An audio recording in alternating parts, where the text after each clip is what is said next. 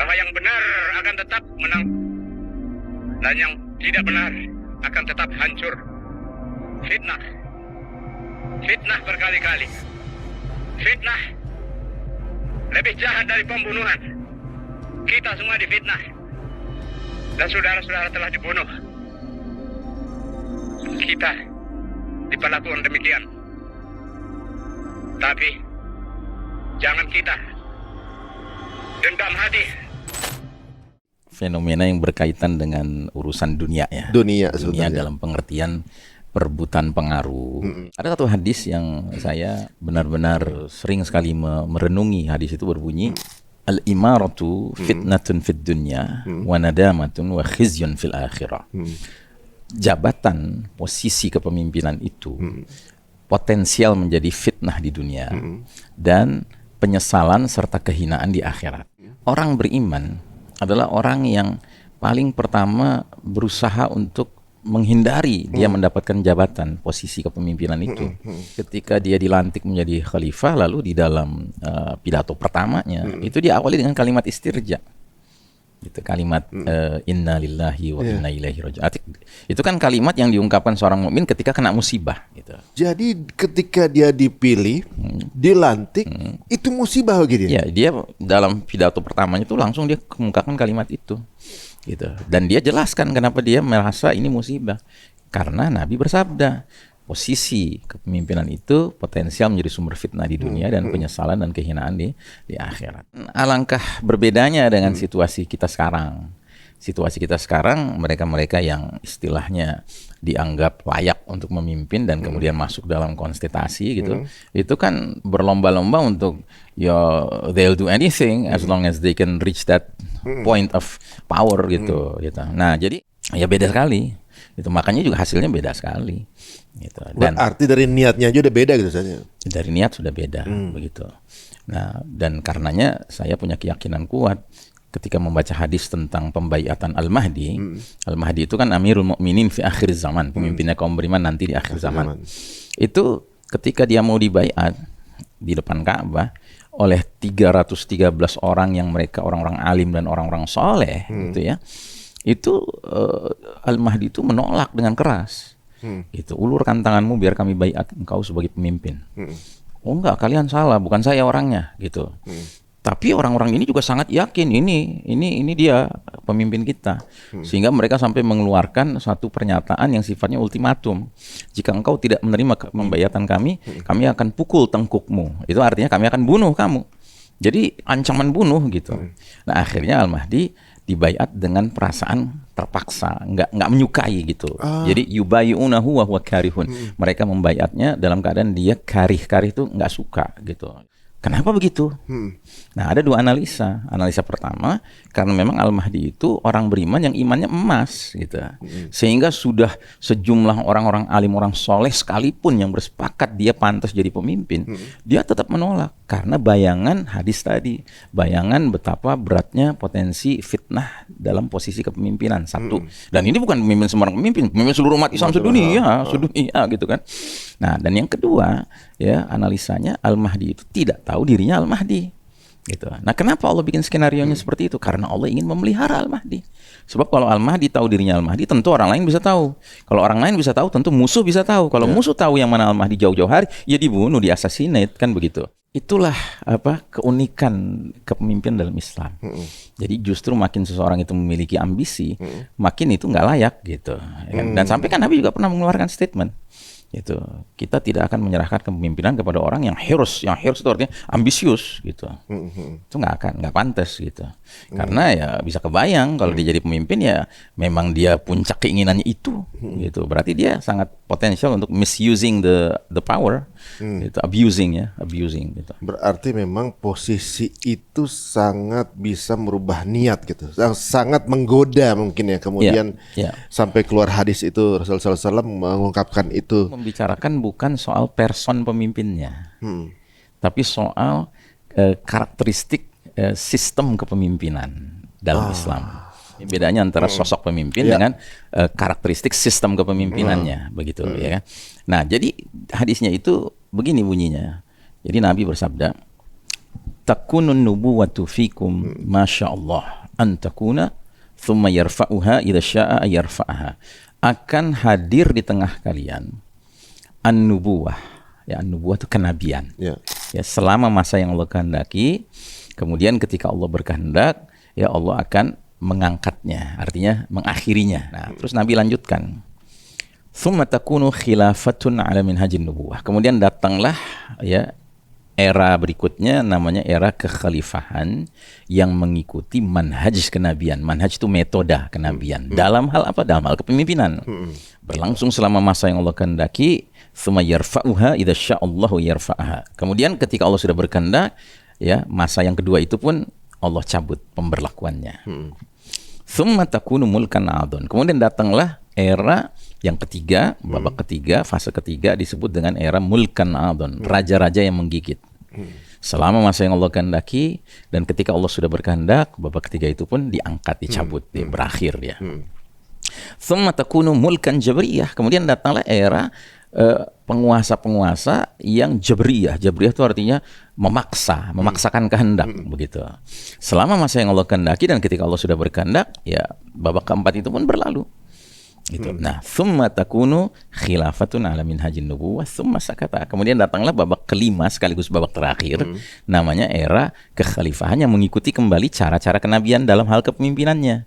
Kemudian Nabi diam. Nah, orang ahli hadis mengatakan kemudian Nabi diam, isyarat sampai disitulah perjalanan umat Islam, dan tidak lama setelah itu dunia pun the end, gitu, berakhir.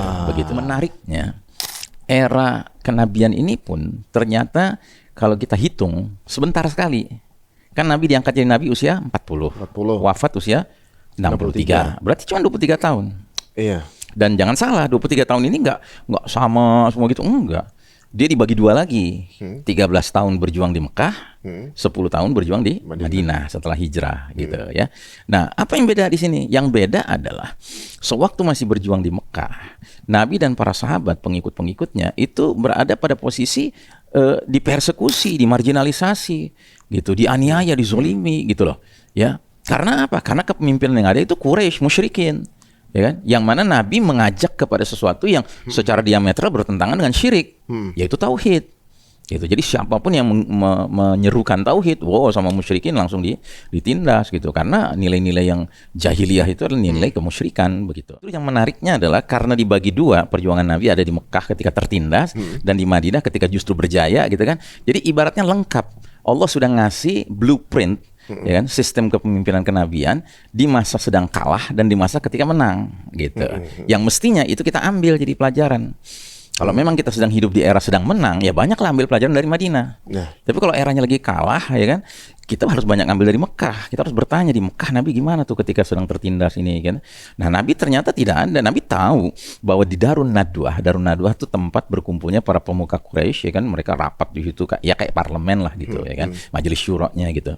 Itu mereka banyak merancang hal-hal yang sifatnya bermasalah, gitu, ya kan, terhadap kaum mukminin, gitu kan. Tapi nggak ada tuh Nabi nyuruh sahabat untuk nyelinap situ masuk, gitu kan, supaya minimal denger gitu apa ya, atau syukur-syukur bisa mempengaruhi mereka, gitu. Nggak ada, gitu. Nggak ada konsep memperbaiki dari dalam, itu nggak ada ya. Setidak-tidaknya kalau kita lihat dari kasus ini begitu, sirah nabawiyahnya menunjukkan seperti itu. Kalau sekarang Ustaz, di era ini yang perlu contoh berarti keadaan Mekah nih. Ya, dalam hal-hal tertentu ya seperti itu. Dan dalam hal ini kan itu kan cara berjuang. Nabi dulu berjuang. Bahkan sebenarnya ada tulisan menarik dari seorang penulis dari Mesir. Dia itu bertanya, kalau kita lihat Nabi Muhammad SAW itu ketika awal berdakwah di Mekah, yang dia serukan itu apa? Yang dia serukan adalah kalimat tauhid, la ilaha illallah. Dan orang Arab masa itu ngerti betul makna la ilaha illallah itu apa. Intinya adalah mengesahkan Allah dan meniadakan yang lain-lainnya, gitu. Suatu hal yang secara diametral bertentangan banget dengan keyakinan mereka. Keyakinan mereka waktu itu di dalam Ka'bah dan di luar Ka'bah, sekitar Ka'bah itu ada setidaknya 360-an aneka berhala. Gitu. Yang ngetop memang ada beberapa, Lata, Manat, Uzza, Hubal, ya. Tapi yang lain-lainnya banyak yang kecil-kecil, gitu. Nah, itu diyakini semuanya tuh alihatan, ya, ilah-ilah juga, gitu, selain Allah. Begitu. Nah, tiba-tiba datang Nabi, pangkas semuanya, hanya terima satu, gitu. Kan itu secara diametral kan langsung lawan arus, kan. Nah, sehingga si penulis ini mengatakan, kalau Nabi mau, sebenarnya ada jalan lain yang lebih mulus, lebih smooth. Misalnya Nabi bisa aja mengangkat isu, katakanlah isu kerusakan moral, gitu. Bisa aja Nabi ngangkat itu. Karena apa? Waktu itu jahiliyah kan banyak kerusakan moral kan. Sedangkan Nabi terkenal orang yang moralnya Masya Allah gitu. Kalaulah dia menyuarakan ya perjuangan moralisme gitu ya, sangat besar peluangnya orang-orang yang juga bermoral akan segera berada di barisan Nabi gitu kan, dan bisa mengalahkan yang amoral gitu. Ya kan? Tapi kenapa Nabi nggak menempuh jalan itu? Karena Nabi tidak menginginkan orang-orang yang bermoral ini ya kan bermoral tapi nggak ada fondasinya. Padahal kalau dalam Islam itu akhlak itu harus ada fondasinya. Fondasinya apa? Akidah. La ilaha illallah. Percuma kita ngumpul sama orang-orang yang santun-santun tapi aneka jenis akidah gitu. Terus kita mau berjuang bareng gimana ceritanya? Asal orang baik aja gitu. Asal orang baik aja gitu ya, nggak bisa. Harus baik tapi benar di atas fondasi yang benar. Nah terus si penulis itu bertanya lagi, seandainya Nabi mulai dengan pertentangan kelas antara proletar dengan borjuis gitu kan, itu Nabi juga sebagai orang yang terkenal akrab sama orang miskin, akrab sama fakir miskin, anak yatim itu, dia pasti segera akan punya banyak barisan gitu pendukung dia. Tapi Nabi nggak melakukan itu karena apa? Nabi tidak ingin nanti yang proletar ini akhir sudah menang mengalahkan yang borjuis, akhirnya yang proletar menjadi zolim sama yang borjuis. Gitu. Iya ya kan? juga ya. Akhirnya muncul kezoliman baru lagi gitu. Kita nyingkirin kezoliman lama tapi muncul kezoliman baru. Yang ketiga, bisa saja kalau Nabi mau, Nabi itu mengibarkan bendera Arabisme. Gitu. Apalagi Nabi berasal dari suku Arab yang terkenal menjaga Ka'bah, yaitu Bani Hashim, ya kan? Wah, mulia banget gitu. Pasti semua bangsa Arab akan cepat bisa direkrut. Tapi akibatnya nanti apa? Ketika Arab sudah menyatu, lalu kemudian membebaskan Persia, atau mengalahkan Persia, mengalahkan Romawi, nanti Arab jadi penzolim terhadap Romawi dan Persia.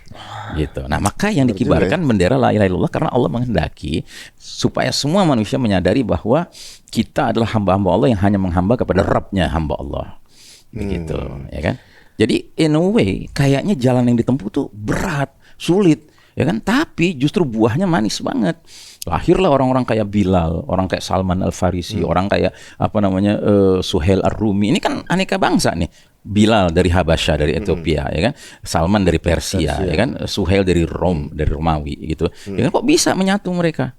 Gitu. Ya karena dakwahnya, seruan dari awalnya itu sudah to the point, dan inti masalahnya apa itu la ilaha illallah. La ilaha illallah itu menghilangkan semua sebab-sebab perbedaan dan permusuhan di antara kita kalau kita mau berpegang teguh kepadanya. Sebaliknya setelah hijrah ke Madinah, Nabi itu ya kan automatically ya masyarakat muhajirin datang nih dari Mekah.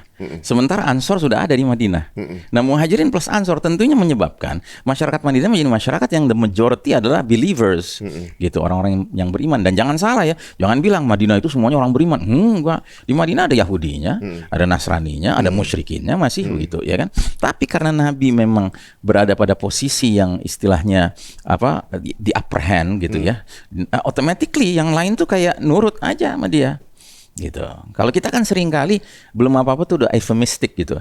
Ya walaupun kita mayoritas di negeri ini, tapi kan nggak semuanya Muslim gitu. Janganlah kita maksain Islam gitu. Bukan soal maksain Islam, soal Islam ini rahmatan lil alamin. Gitu. Kalau mau rahmat Allah itu berlaku untuk semua orang, justru tegakkan Islam. Karena it's only Islam yang bisa menimbulkan rahmatan lil alamin, bukan yang lainnya. Apalagi kalau ajaran-ajaran bikin manusia bisa menimbulkan rahmat bagi semua orang, yang bener aja, ya kan?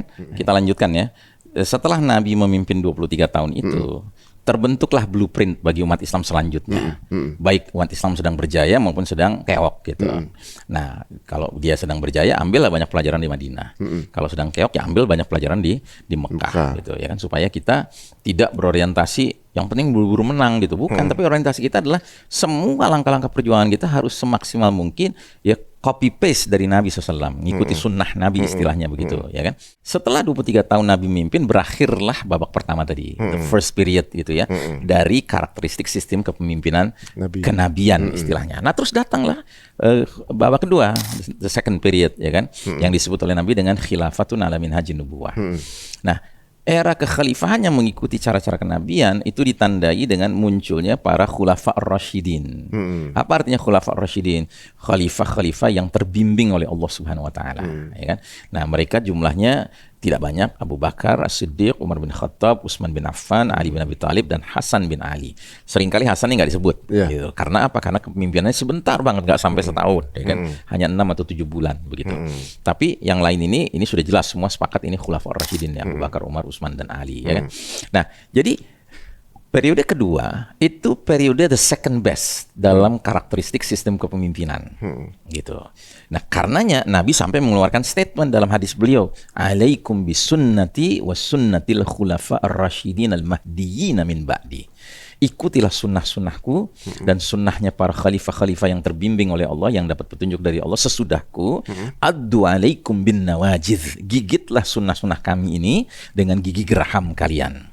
Begitu. Kalau umat selanjutnya sesudah periode kedua ini mau ngambil idealita gitu, idealita kepemimpinan, ambillah dari era Nabi atau era Khulafaur Rasyidin. Gitu ya. Ini dua era ini, dua periode ini adalah periode yang dapat legalitas sebagai keteladanan oleh Nabi. Gitu. Nah, umat waktu itu Masya Allah dalam kondisi yang banyak kebaikannya gitu ya. Walaupun di era Khalifah Utsman bin Affan itu terjadi pembunuhan terhadap khalifah yang sifatnya sangat menyakitkan sekali, ya kan.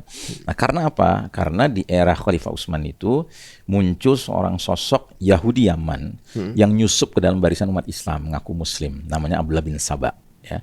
Nah, Abdullah bin Saba ini menyebarkan hoaks tentang Nabi Muhammad SAW itu ya sebelum wafat memberikan wasiat kepada Ali bin Abi Thalib bahwa kalau aku wafat engkau penggantiku, begitu. Padahal nggak ada, wasiat ini nggak ada, gitu.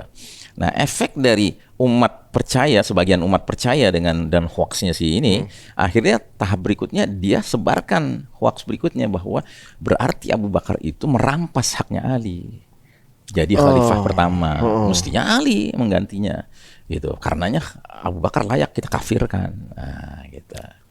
Oh, ini jadi awalnya kemudian ada Rafidhah. Saya nyebutnya Rafidhah. Ya kan? Kalau Syiah, sekedar Syiah, ada Syiah yang masih lumayan, itu Syiah Zaidiyah. Tapi kalau Syiah Rafidhah itu jelas dari kata rafad itu artinya menolak, gitu. Jadi sahabat-sahabat mulia ditolak, dikafirkan bahkan. Awalnya itu.